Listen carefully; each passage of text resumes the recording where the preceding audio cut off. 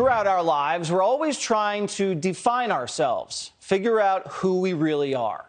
But in the back of our minds, a part of us just wanted to be cool. We had an image of someone, the Marlboro Man, Steve McQueen maybe, or how about the Fonz? The way they moved, the way they looked and talked, people around them reacted to that. We strive to emulate what we think is cool, even if it's subconscious. Buying the sharpest shirts or driving the nicest car, just looking to be a righteous dude. Oh, well, he's very popular, Ed. The sportos, the motorheads, geeks, sluts, bloods, wastoids, dweebies, they all adore him. They think he's a righteous dude. And it's not just teenagers. Parents get caught up in the game. If you need anything, don't be shy, okay?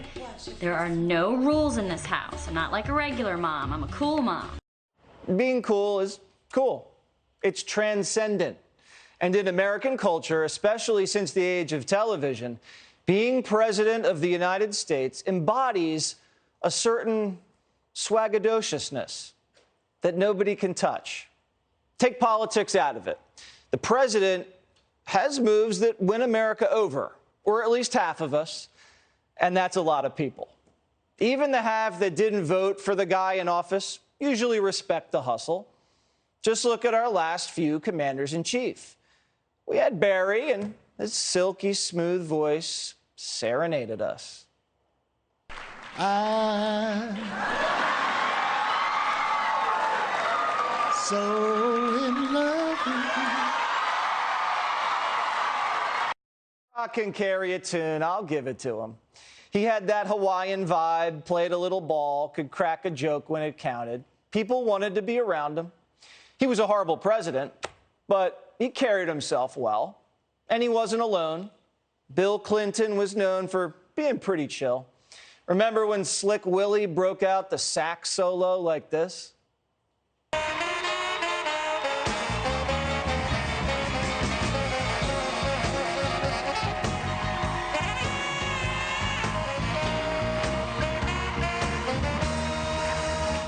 And don't even get me started on George Bush, the man, straight up gangster.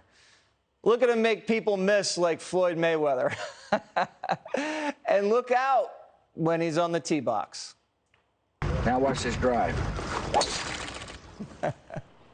And the man had an arm too. Remember this heat when the eyes of the world were on him. Check 1, 2. Hello, hello.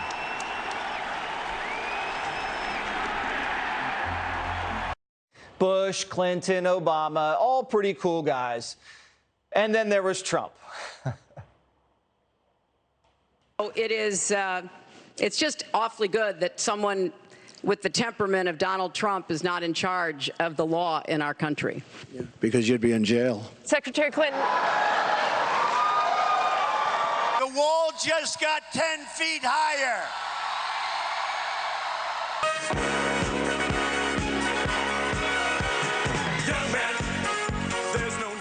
The man just knew how to get a hold of us. And love him or hate him, America couldn't get enough of him, especially the left-wing media. Trump turned a bunch of no-name journalists like Jim Acosta into real characters just by going toe-to-toe with them. They love to hate him, but now they can't get over him. I wish I knew how to quit you. They still spend all day talking about him, asking their friends if they think he might come back. Possible Trump 2024 campaign. Threats posed by a potential 2024 presidential run by Donald Trump. Soft launch of Trump's second campaign. That's the difference with Trump 2016 and Trump 2024. Come on, guys, move on already. He's just not into you anymore. But maybe they're fixed on their ex because their new guy just doesn't, do it for them. He's just boring. Joe's running the show in D.C. now, and he's dull. Don't take it from us. A new report from Politico called Biden's tenure the cardboard box presidency, saying he promised to be boring, and he's doing everything he can to keep that pledge. And they're not wrong. Joe doesn't even schmooze these peeps in D.C. And for a Democrat, that is a sin. He spends almost every weekend in Delaware. The guy just loves his basement. Presidents are supposed to excite the Washington establishment.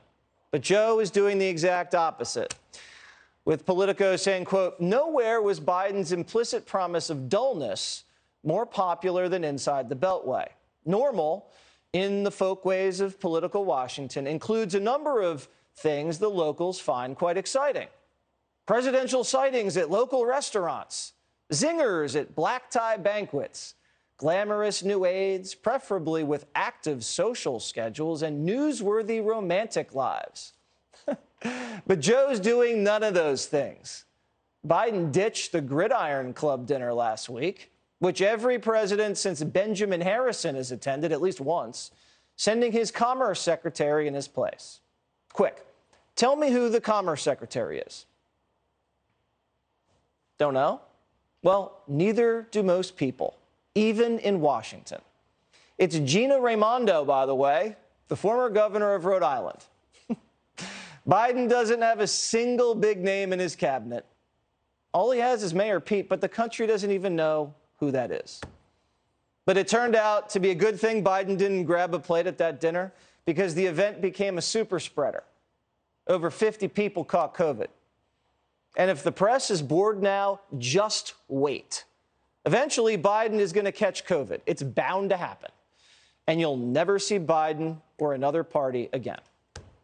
Sally Quinn, the queen of the Washington social scene, complained. You didn't have the president. You didn't have the vice president. You didn't have the Secretary of State. You didn't have the Secretary of Defense. You didn't have the Treasury Secretary. And you had 2 Republicans, Quinn sang at the dinner. None of those people saw a reason to be there. It's over. It's over. Biden sucked the energy out of Washington, just like the rest of the country. The Washington elite is whining. They're stuck with our grandpa in chief.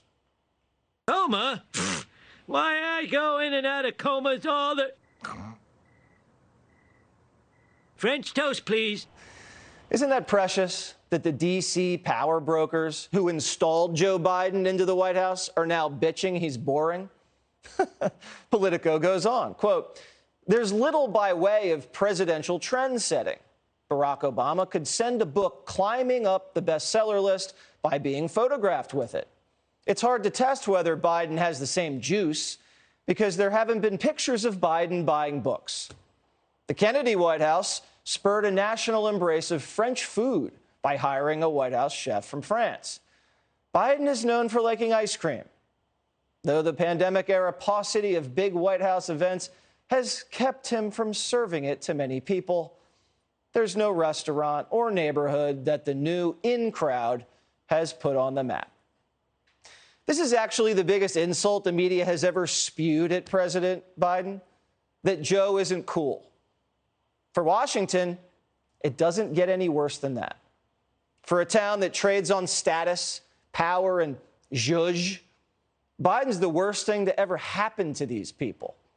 Not only is there no action, there's no access. And worst of all, there's no gossip. This town is so bored, they're ready for a Republican president. Just listen to Joe today, trying to explain God knows what. America is a nation that can be defined in a single word. I was in the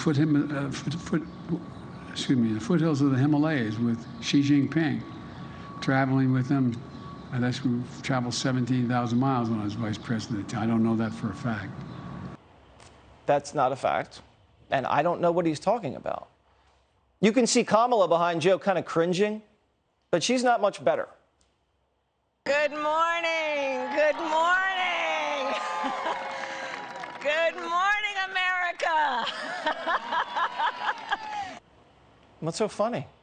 She's laughing at her own joke. I didn't even get the joke. And it's not just her. Pete Buttigieg has turned into a walking dad joke.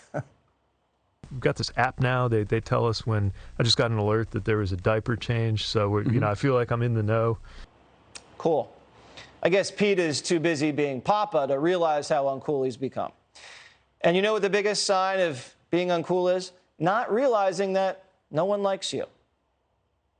You do realize, Pete, a lot of black people feel like Democrats have kept no promises since they've been in office. Really? Yes. Really? But this is what D.C. has become in the age of Biden. No state dinners, no rallies, no fun whatsoever. Only thing exciting that's happened was Joe's dog bit somebody.